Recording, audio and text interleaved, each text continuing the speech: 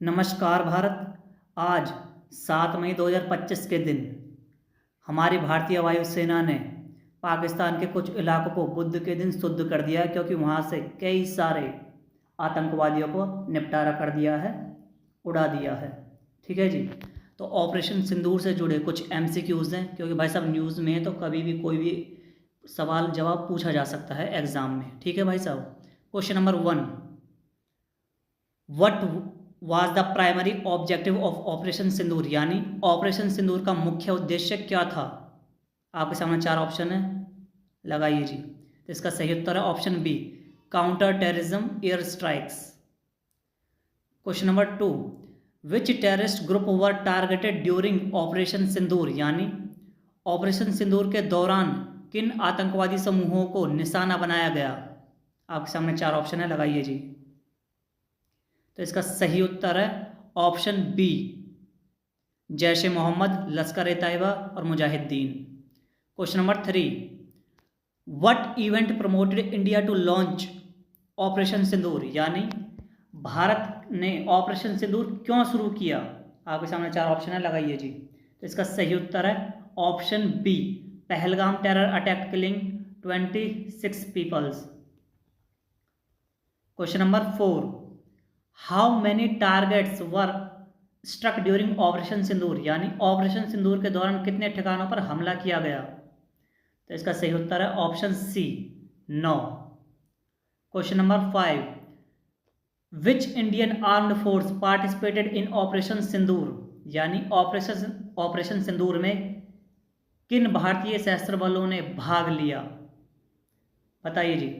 तो इसका सही उत्तर option C, Indian army, navy and air force. और जो स्ट्राइक करी है वो किसने करी है, एयरफोर्स ने। और इसके अलावा इंडियन आर्मी ने और नेवी ने अपनी एड दी है। ठीक है भाई साहब, क्योंकि एयरफोर्स ने जब स्ट्राइक करी तो बहुत सारे ड्रोन भी छोड़े गए थे और पायलट्स तो थे ही एयरफोर्स के। ठीक है जी। Question number 6, which city in Pakistan was among the target of operation Sindoor, यानी ऑपरेशन सिंदूर के लक्ष्यों में पाकिस्तान का कौन सा शहर शामिल था, बताइए जी। तो इसका सही उत्तर है option B, Bahawalpur. Question number 7, what was Pakistan response to operation Sindoor, यानी ऑपरेशन सिंदूर के प्रति पाकिस्तान की प्रतिक्रिया क्या थी। आपके सामने 4 ऑप्शन है, लगाइए जी। तो इसका सही उत्तर है option B, retaliatory shelling and claiming to shoot down Indian aircraft. भाई साहब झूठे लोग हैं, ऐसे ही झूठ बोलते हैं, और तो इन्हें कुछ आता नहीं है, वही आतंकवाद फैलाना आता है, तो ऐसा ही कुछ ना कुछ झूठ बोलेंगे, तो इन्होंने झूठ बोला है। ठीक है जी। Question number 8, which Indian official spoke to the chief of the arm forces after operation Sindoor, यानी ऑपरेशन सिंदूर के बाद किस भारतीय अधिकारी ने सशस्त्र बलों के प्रमुखों से बात की। आपके सामने 4 ऑप्शन है, लगाइए जी। तो इसका सही उत्तर है option B, defence minister Rajnath Singh. Question number 9, what was the international community's reaction to the operation Sindoor, यानी ऑपरेशन सिंदूर पर अंतर्राष्ट्रीय समुदाय की प्रतिक्रिया क्या थी। आपके सामने 4 ऑप्शन है, लगाइए जी। तो इसका सही उत्तर है option B, call for restraint. Question number 10, which airport did the IAF take control of after operation Sindoor, यानी ऑपरेशन सिंदूर के बाद भारतीय वायुसेना ने किस हवाई अड्डे का नियंत्रण संभाला। आपके सामने 4 ऑप्शन है, लगाइए जी। तो इसका सही उत्तर है option B, Srinagar airport. Question number 11, what type of weapons were used in operation Sindoor, यानी ऑपरेशन सिंदूर में किस प्रकार के हथियारों का उपयोग किया गया। आपके सामने 4 ऑप्शन है, लगाइए जी। तो इसका सही उत्तर है option B, precision missiles and drones. Question number 12, which terror group headquarter in Muridke was targeted, यानी मुद्रिके में किस आतंकवादी समूह के मुख्यालय को निशाना बनाया गया। आपके सामने 4 ऑप्शन है, लगाइए जी। तो इसका सही उत्तर है option B, Lashkar e Taiba. Question number 13, what was the name of terror camp targeted in Muzaffarabad, यानी मुजफ्फराबाद में किस आतंकवादी शिविर को निशाना बनाया गया। आपके सामने 4 ऑप्शन है, लगाइए जी। तो इसका सही उत्तर है option A, Syedna Bilal camp यानी बिलाल कैंप। ठीक है जी। Question number 14, which Indian official emphasized the importance of dismantling TRF during operation Sindoor, यानी ऑपरेशन सिंदूर के दौरान किस भारतीय अधिकारी ने TRF को समाप्त करने के महत्व पर जोर दिया? आपके सामने 4 ऑप्शन है, लगाइए जी। तो इसका सही उत्तर है option B, foreign secretary Vikram Misri. Question number 15, what was the reported number of terrorist killed in Bahawalpur and Muridke, यानी भावलपुर और मुद्रिके में कितने आतंकवादी मारे गए थे? आपके सामने 4 ऑप्शन लगाई दी। तो इसका सही उत्तर है ऑप्शन बी, 15 से 30 एट ईच लोकेशन। तो भाई साहब, क्योंकि ये आंकड़ा ऊपर नीचे भी हो सकता है। ठीक है जी भाई साहब, क्योंकि ये सारी चीज़ें न्यूज़ में हैं, जो आतंकवादी हमला हुआ है पहलगाम में, जम्मू कश्मीर में, फिर उसके बाद बहुत सारी घटनाएं हुई हैं, जैसे सिंधु जल संधि को समाप्त कर दिया है भारत ने, उसके अलावा फिर अब ये एयर स्ट्राइक हुई है। तो इन सारी चीज़ों पर कहीं से भी कोई भी प्रश्न बन चुका है। तो अब जो जल समझौता है उसके भी आप करंट अफेयर्स देखोगे, मतलब उस जो न्यूज़ में उससे रिलेटेड क्वेश्चंस देखोगे। ठीक है जी। पहले हम सिंधु जल समझौते से जुड़े 10 MCQs देखेंगे, यानी मल्टीपल चॉइस क्वेश्चन देखेंगे, और उसके बाद इंडस वाटर ट्रीटी यानी सिंधु जल समझौते को डिस्कस करेंगे। ठीक है भाई साहब। क्वेश्चन नंबर 1, सिंधु जल समझौता कब और किन 2 देशों के बीच हस्ताक्षरित हुआ था? आपके सामने 4 ऑप्शन है, वीडियो को पॉज करिए, आंसर लगाइए। तो इसका सही उत्तर है ऑप्शन बी, 1960 में भारत और पाकिस्तान के बीच में। ठीक है जी। इसका विवरण है, सिंधु जल समझौता 19 सितंबर 1960 को भारत और पाकिस्तान के बीच विश्व बैंक की मध्यस्थता में हस्ताक्षरित हुआ था। ठीक है भाई साहब। क्वेश्चन नंबर 2, सिंधु जल समझौते पर भारत की ओर से किसने हस्ताक्षर किए थे? आपके सामने 4 ऑप्शन है, लगाइए जी। तो इसका सही उत्तर है ऑप्शन बी, जवाहरलाल नेहरू। इसका विवरण है, भारत के तत्कालीन प्रधानमंत्री जवाहरलाल नेहरू और पाकिस्तान के तत्कालीन राष्ट्रपति आयूब खान ने इस समझौते पर हस्ताक्षर किए थे। ठीक है भाई साहब। क्वेश्चन नंबर 3, सिंधु जल समझौते के तहत भारत को किन नदियों का पूर्ण उपयोग करने का अधिकार मिला? आपके सामने 4 ऑप्शन है, लगाइए जी। तो इसका सही उत्तर है ऑप्शन बी, रावी, ब्यास और सतलुज, जो पूर्वी नदियां हैं। ठीक है भाई साहब।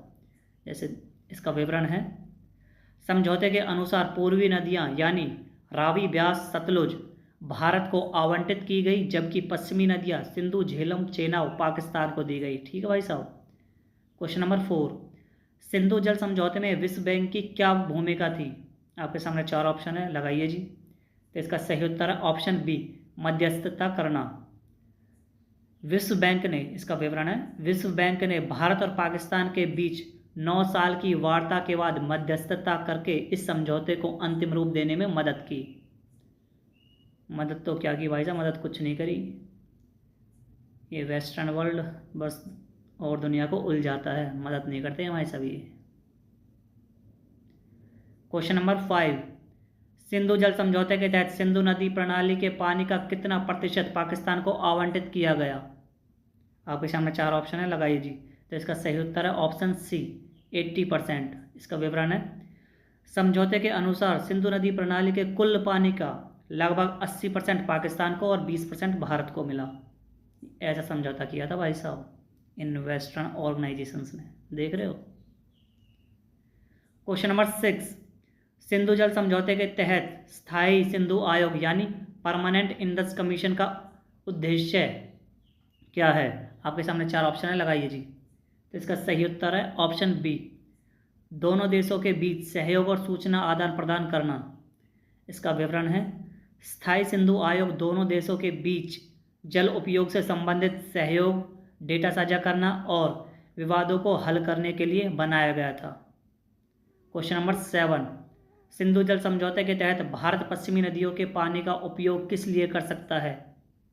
आपके सामने 4 ऑप्शन है, लगाइए जी। तो इसका सही उत्तर है ऑप्शन बी, गैर उपभोगी उपयोग, जैसे जल विद्युत उत्पादन के लिए। गैर उपभोगी उपयोग का मतलब है कि उन नदियों से पानी को निकालकर कहीं और नहीं ले जा सकते हैं, हम वहाँ पर कोई डैम लगा सकते हैं जिससे हम बिजली बनाई जा सके, पर वो पानी है डैम में से जब भी निकलेगा तो उसके बाद वो जाएगा तो उसी साइड ना, पाकिस्तान की साइड, तो इसीलिए गैर उपभोगी उपयोग, ठीक है जी। और पानी सारा उसी साइड जाएगा, इसका मतलब ये है। इसका विवरण है, भारत पश्चिमी नदियाँ जैसे सिंधु, झेलम, चेनाब का उपयोग सीमित गैर उपयोगी कार्यों जैसे जल विद्युत, नेविगेशन और मत्स्य पालन के लिए कर सकता है, ठीक है जी। क्वेश्चन नंबर 8, निम्नलिखित में से कौन सा प्रोजेक्ट सिंधु जल समझौते को लेकर भारत और पाकिस्तान के बीच विवाद का कारण रहा है? आपके सामने 4 ऑप्शन लगाइए जी। तो इसका सही उत्तर है ऑप्शन बी। भाई साहब ये कई बार पूछा गया है, किशन गंगा जल विद्युत परियोजना। इसका विवरण देखिए, पाकिस्तान ने किशन गंगा और रतले जल विद्युत परियोजनाओं पर तकनीकी आपत्तियां उठाई, जिसके कारण विवाद उत्पन्न हुआ, ठीक है भाई साहब। क्वेश्चन नंबर 9, सिंधु जल समझौते में विवाद समाधान के लिए कितने सत्रों की व्यवस्था की गई? बताइए जी, आपके सामने 4 ऑप्शन है। तो इसका सही उत्तर है ऑप्शन सी 3। इसका विवरण देख लेते हैं। समझौते में विवाद समाधान के लिए 3 स्तर हैं: स्थायी सिंधु आयोग, विश्व बैंक द्वारा नियुक्त तटस्थ विशेषज्ञ और मध्यस्थता न्यायालय, ठीक है भाई साहब। क्वेश्चन नंबर 10, 2025 में भारत ने सिंधु जल समझौते को क्यों स्थगित करने की घोषणा की? आपके सामने 4 ऑप्शन है, लगाइए जी। तो इसका सही उत्तर है ऑप्शन बी, कश्मीर में आतंकी हमले के बाद, जो अभी पहलगाम में हमारे देश के 27 से 28 नागरिकों को मार दिया है, उसके कारण ये सारी चीज़ें करी गई हैं भाई साहब, ठीक है जी। ये रहा इसका विवरण। अप्रैल 2025 में कश्मीर के पहलगाम में हुए आतंकी हमले के बाद भारत ने समझौते को स्थगित करने की घोषणा की, ठीक है जी। ये एक बार भाई साहब सिंधु जल संधि को भी देख लेते हैं। इस सिंधु जल संधि में भारत पाकिस्तान की हिस्सेदारी है। पूर्वी नदियाँ आप मैप में देखिए अच्छे से, जो पूर्वी नदियाँ हैं सतलज, ब्यास और रावी है। पश्चिमी नदियाँ सिंधु, चेनाब और झेलम है, ठीक है जी। ये देखिए आप, सिंधु जल समझौता इंडस वाटर ट्रीटी 1960 में भारत और पाकिस्तान के बीच हस्ताक्षरित एक अंतर्राष्ट्रीय जल संधि है, जिसका उद्देश्य सिंधु नदी प्रणाली की 6 नदियां जैसे सिंधु, झेलम, चेनाब, रावी, व्यास और सतलुज के पानी का बंटवारा और उपयोग करना है। यह समझौता विश्व बैंक की मध्यस्थता में 19 सितंबर 1960 को कराची में हस्ताक्षरित हुआ था, ठीक है जी। ये देखिए जी, जो आप सबसे नीचे नदी देख रहे हैं सतलुज, उससे ऊपर देख रहे हैं ब्यास, और उससे ऊपर देख रहे हैं वो है फिर रावी, और फिर ऊपर से आइए, ऊपर से देखिए, ऊपर सबसे ऊपर है इंदस, फिर है झेलम और उसके बाद है चेनाब, ठीक है जी।